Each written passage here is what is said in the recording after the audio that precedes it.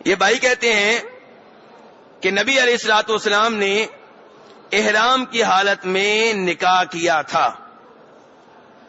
اصل میں کل میں نے مسئلہ بیان کیا تھا کہ احرام کی حالت میں نہ نکاح کریں، نہ بیٹی کا نکاح کریں، نہ اپنا کریں، نہ بیٹے کا کریں، نہ منگنی کریں اپنی، نہ بیٹی کی کریں.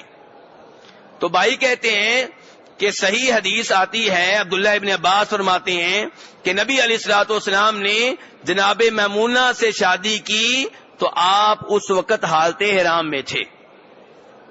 یہ کون بیان کر رہے ہیں؟ آپ میرے ساتھ نہیں لگتا ہے.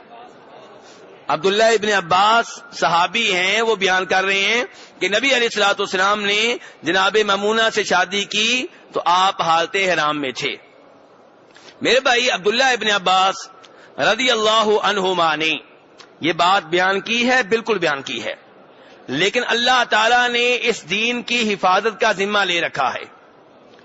اب عبداللہ ابن عباس یہ بات بیان کرتے اور کوئی اور مداخلت نہ کرتا تو ہم یہ بات مان لیتے، لیکن اللہ نے اپنے دین کی حفاظت کی ہے، اس لیے دیگر صحابہ کرام نے وعدے کیا ہے کہ نہیں، آپ حالت احرام میں نہیں تھے.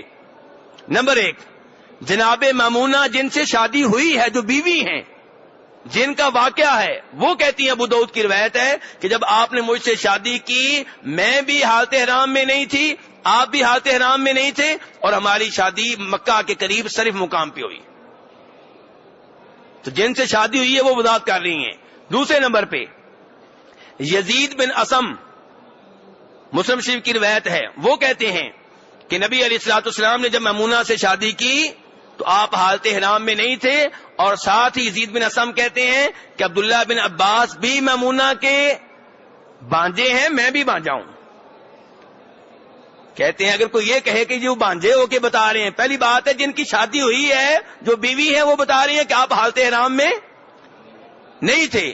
دوسرے نمبر پہ عبداللہ ابن عباس نے اگر کہا ہے کہ حالت احرام یعنی کہ آپ حالت احرام میں تھے، تو یزید بن اسم جو جناب میمونہ کا دوسرا بانجا ہے وہ بھی بتا رہا ہے کہ آپ حالت احرام میں نہیں تھے. تیسرے نمبر پہ نبی علیہ السلام کا آزاد کردہ غلام ابو رافع جو شادی کرانے والے تھے، جو کہتے ہیں کہ سارا کام میں نے کروایا، پیغام لانے والا دینے والا میں تھا، وہ کہتے ہیں کہ جب یہ شادی ہوئی آپ حالت احرام میں نہیں تھے بلکہ حلال تھے.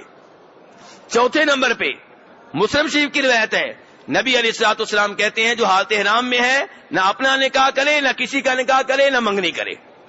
تو اس لیے خلاصہ کلام یہ ہے کہ حالت احرام میں نکاح کرنے کی اجازت نہیں ہے.